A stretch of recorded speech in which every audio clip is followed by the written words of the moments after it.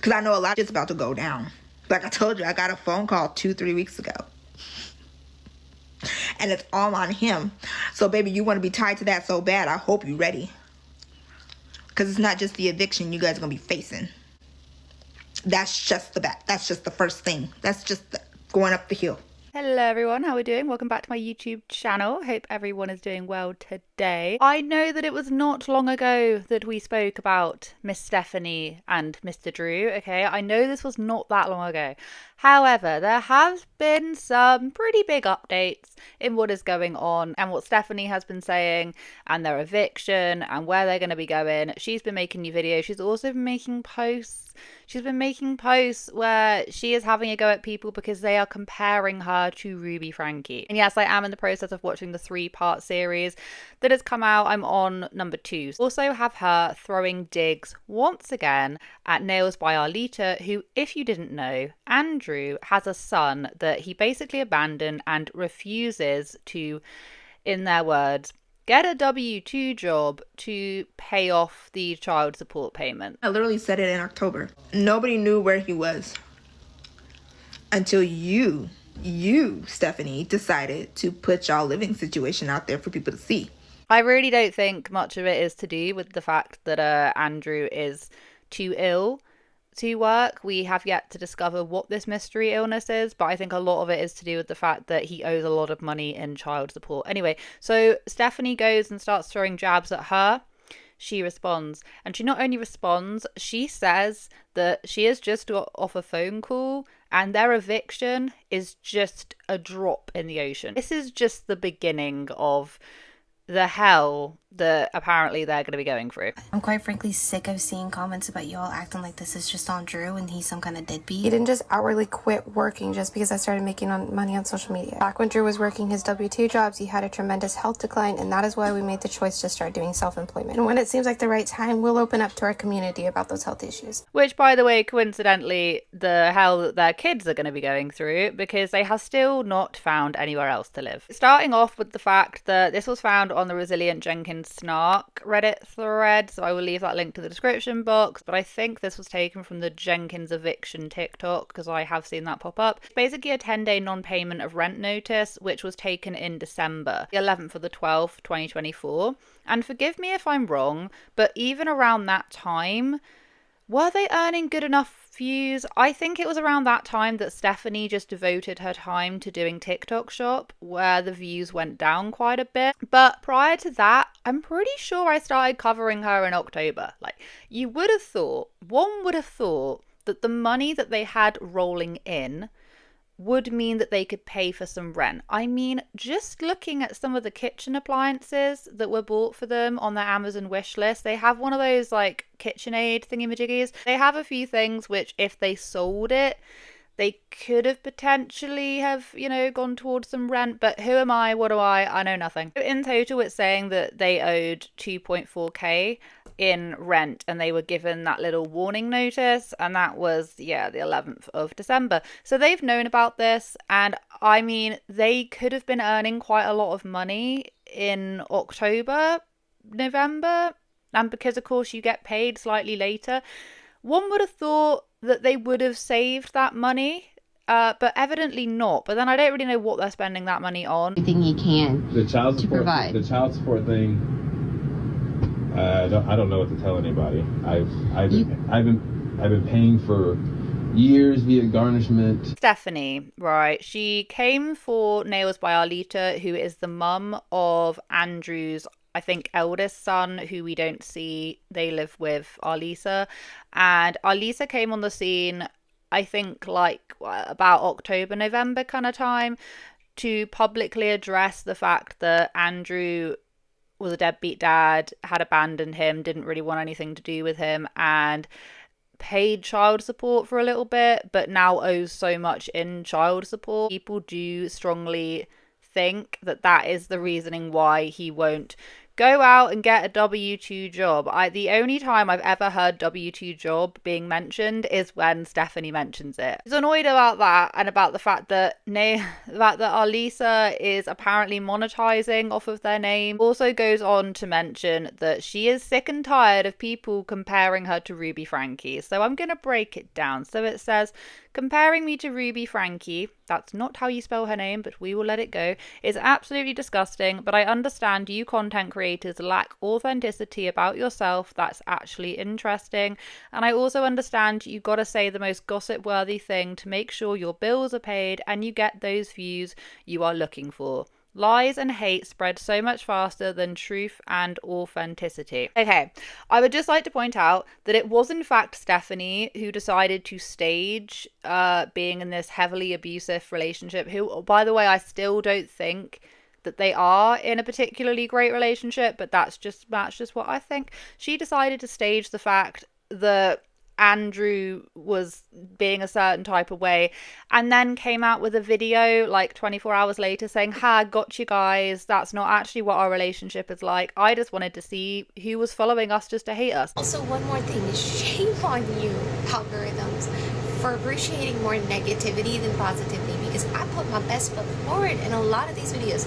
I put a lot of effort into my voiceovers, and it's just insulting as frick that this video is just getting so much attention when it's not even what we're about. That was not very authentic of you, I'll be honest. Point 2, okay, I feel like people comparing her to Ruby Frankie, bearing in mind, I have covered Ruby Frankie quite a bit, even before the arrest happened, alright? I'm well aware of Ruby Frankie law.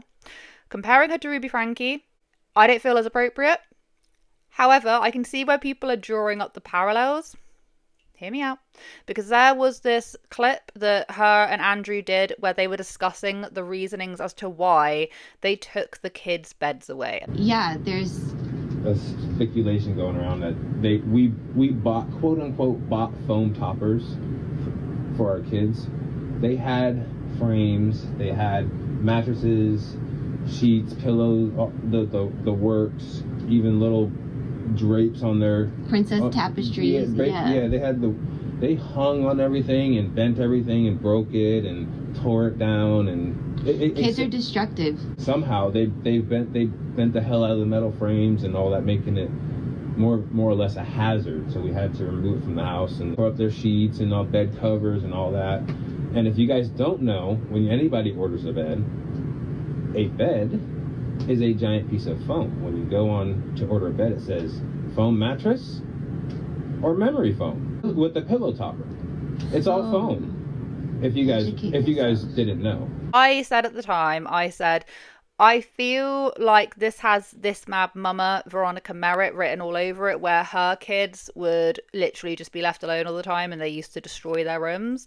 And I feel like that is a coping mechanism. Because you say stuff like this, people are then going to run with it and assume that you are doing other things which are not that great. She's also admitted to, like, you know, not being a gentle parent and stuff, which we don't know the degree of that. We're not going to speculate on that. But these are words that have come out of her mouth. Growing our online community has taken me years, yet I made multiple accounts blow up and monetize off my name, including his ex's. Personally, I find it foul to make money off someone else's name. That is no better than having someone work for you and taking the credit for their work. But that's how social media works, and unfortunately people will choose the easy, evil route way too often. The elaborate YouTube videos crack me up. I'm hoping in a way she's talking about my videos, but I've got no idea if she even knows who I am. Probably not. How are any of these gossip happy folk going to feel if they ever actually mature enough to see how wrong they are? The thing is, right, is that if you see crappy people doing crappy things, generally people are going to call them out on it, and unfortunately that is what her channel is. All right, I'm really sorry, but she has very much just invited all of this in on herself, and if she wasn't there would be other people to talk about. If you don't want to be controversial, just don't do controversial things. I just don't feel like it's that hard a concept to grasp. So then, nailed by Alita, she then comes into it. She has obviously been trying to get hold of Andrew for quite a long time, and Andrew and Stephanie have always painted her as the bad person, basically trying to insinuate that, you know, she wouldn't let Andrew around and that she is the problem. The thing is, the most ironic thing is that even if they were able to start paying back some child support, it wouldn't even be Andrew doing it. It would be Stephanie, because Stephanie's the only one who's making any money. She comes out and she makes a video and says that the reasoning why Andrew doesn't have a W-2 job is because he had to quit it because he had health issues. I am not 100% buying it. I think that fundamentally he's a really lazy person who doesn't want to get up and actually work, but he says that he won't go to job and he won't work for what he doesn't deem as his worth or whatever. At this point, any money would be good. But they go on to say that they earn too much money for them to have assisted help. But then they can't afford a 3 to 4 bedroom. Start this video off by saying thank you to everybody who's taken the time to reach out and let us know of housing resources that you know of. Both Drew and myself have called every single one of those resources, as well as every resource 211 has given us. Fortunately, just like we were met with months ago when we tried to relocate, every resource that I've called is just tapped out in this area. It would be great to stay in the area and keep the kids in the school they're well established in. Like I mentioned, our income has not changed too drastically from the last time that we tried to apply for other apartments. That being said, we still don't qualify income-wise for anything more than a 2-bedroom. Maximum capacity for most 2-bedrooms is 5 people, and we have 7. Of course, it would be incredibly ideal to be in a 3 or 4-bedroom, but income-wise, we still can't afford that. And their situation's going to get even worse because thanks to Stephanie's Facebook post, Alita has now come out and has said, I just got off the phone. And basically, in her own words, what they're going to be going through is going to be absolute hell. The eviction is just the very start of it. Let's address this because this girl right here really trying to say I'm monetizing off of her shit. I haven't said nothing about this situation since October.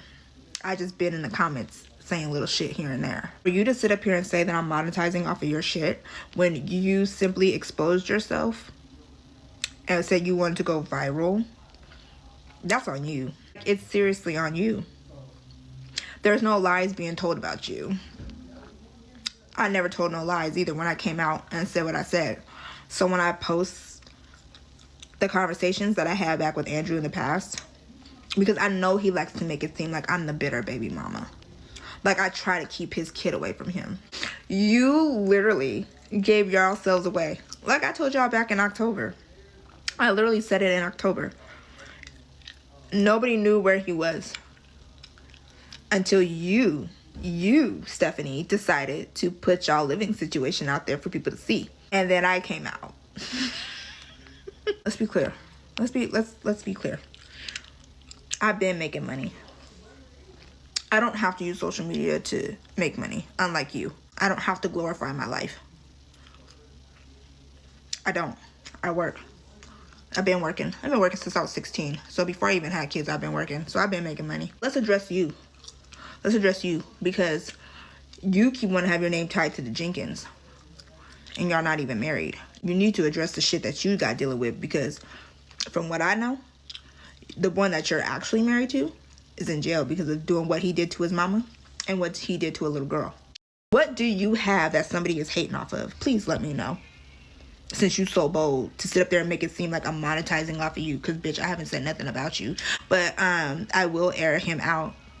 Matter of fact, I got a call like 2-3 weeks ago. So the eviction that you guys have is not going to be the only problem that you will have. And I hope you're ready for that.